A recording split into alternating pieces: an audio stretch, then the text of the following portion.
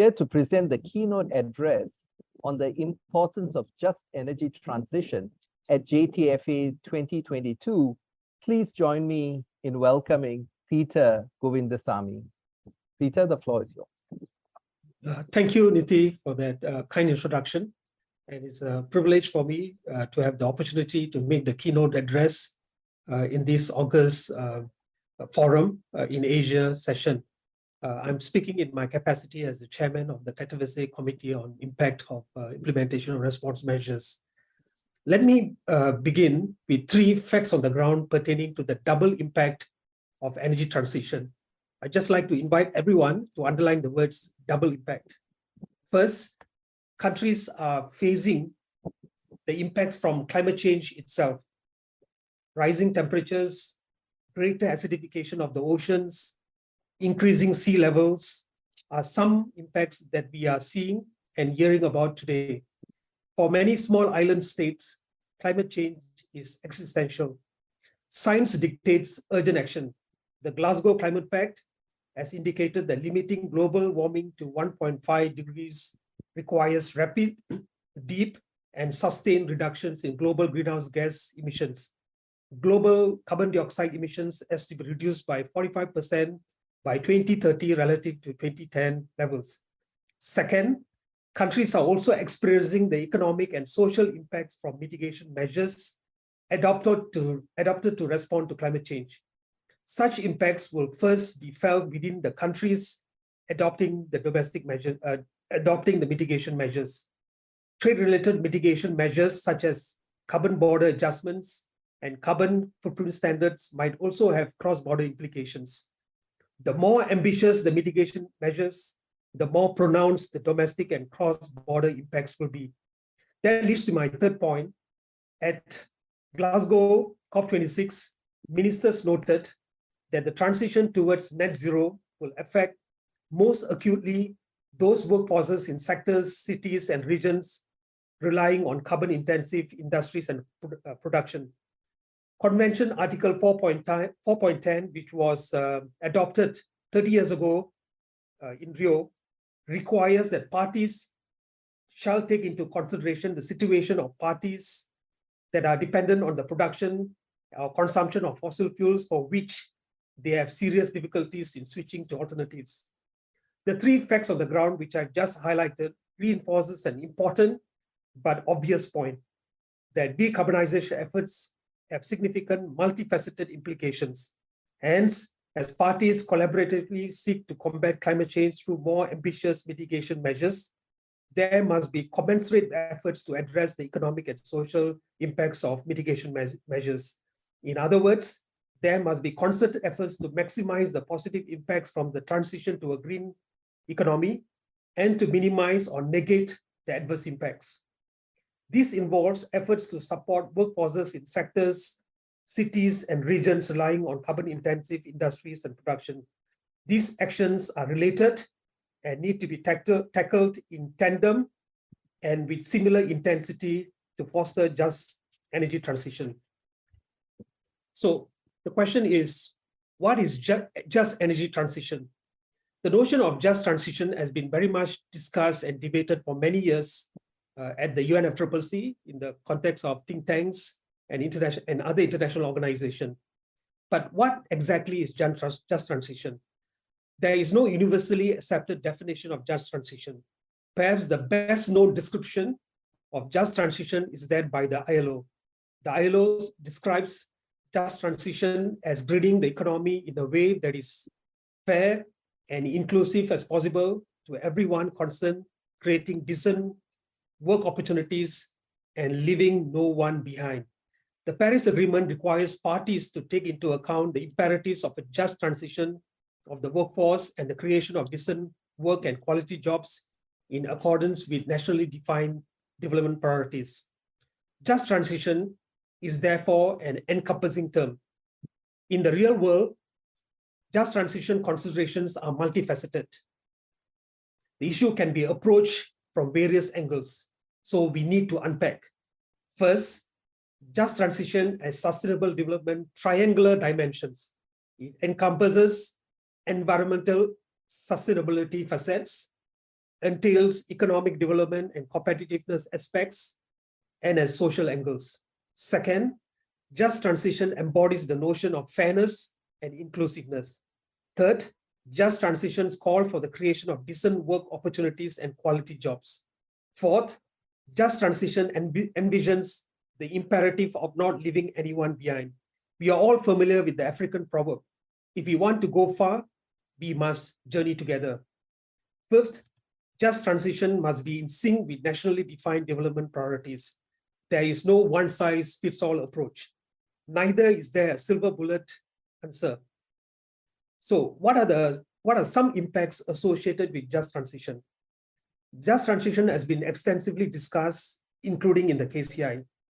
There's a shared view that just transition would have the following implications. First, transition would be disruptive. Second, if not managed well, transition could lead to risk of increased social inequality and less competitive businesses, sectors, and markets. Third, transition pathways would have distributional consequences. Notably, there could be job losses in sectors, regions, and communities. This would be acute, as I've highlighted earlier, where dependence on fossil fuels are high and where opportunities for economic diversification are limited. One study by the UNFCCC pertaining to employment highlights that energy transition would have both quantitative and qualitative elements. From the quantitative side, there could be job creation, job substitution, job elimination, job transformation, and redefinition in the transition to the green economy. The scale and extent of these impacts would depend on the speed and breadth of technological and market changes in the green transformation. Policymakers must smoothen this transformation by developing just transition policies for affected workers, enterprises, and their communities. There are also qualitative considerations. Are there adequate incomes in the new jobs created? How about social protection expectations? What about safe working conditions, the respect for rights at work, and the possibility of effective social dialogue? This brings to my next point. Just transition is necessary for mitigation ambition. I'm sure that everyone who have joined the forum session will agree that just transition policies are needed to ameliorate the potential adverse economic and social impacts of mitigation measures. As such, just transition policies should be understood as enablers of a more ambitious climate policies.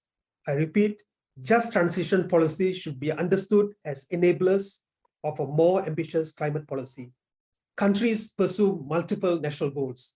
There is thus a need to address the economic and social impacts related to mitigation policies as a priority, so that climate goals are seen as desirable and have the support of the workers.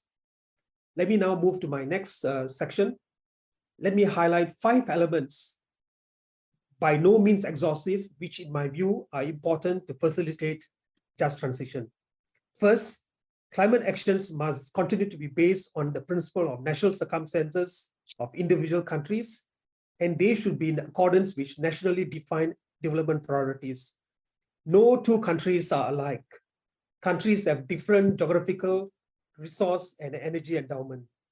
The UNFCCC accords flexibility to parties to adopt mitigation measures suited to their specific situations. This is particularly so for countries which are alternative energy disadvantaged. Second, economic diversification and just transition are recognized to be 2 main strategies to mitigate the adverse economic and social impacts of mitigation measures. If an economy is more diversified, a priori, you'd be more resilient and better able to absorb transition shocks. Third, all parties must immediately and fully implement Convention Article 3.5. This is critical for developing countries. An open and supportive international economic system is a necessary condition to grow the economy and support the creation of jobs. The UNFCCC emphasizes that economic development is necessary for countries to have the means to undertake climate actions and just transition efforts. The ability to export and sell their produce will also support countries' economic diversification efforts. Fourth, stakeholder engagement and coherence in policymaking are critical. In this regard, there is a need for preemptive cooperation at the whole of government level between economic, environment, energy, and labor ministries. And there is also scope for collaboration between individuals, civil society, academia, businesses, and the government, and among relevant international organizations as well, such as the UNFCCC, ILO, UNDP, to name some. Last but not least, there must be continuous efforts at workforce capability through reskilling and upskilling of workers.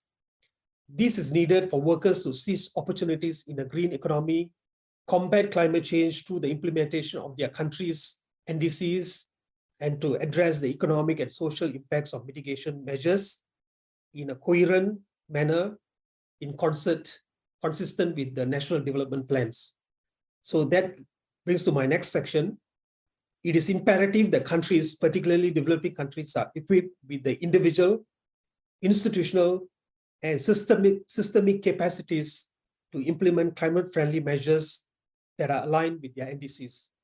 This will in turn support the effort for the conduct of all of society engagement, so that everyone, the government, workers, trade unions, youths, vulnerable groups, all of us are sensitive to the needs of those in our societies who are vulnerable. And second, this is also important for the prioritization of sectors and communities that are most affected by climate change and the social and economic impacts of mitigation measures. The Katowice Committee, which I am co-chairing, plays its part in supporting the UNFCCC's capacity building efforts through its work program. Among other activities, the KCI undertakes to build awareness through the exchange and sharing of experiences and best practices. And it prepares technical papers, case studies, and concrete examples and guidelines. I will speak more about this in the next panel session. So this brings me to my conclusion. Let me conclude by recapping 3 points. First, we are experiencing the double impact in energy transition. First, the effect of climate change itself, and second, the impacts from economic and social aspects of mitigation measures. Combating climate change and addressing the economic and social impacts must be carried out in tandem and with similar intensity. My final point, just transition is a necessary condition to obtain domestic support for accelerated climate action and the political economy of a net zero future.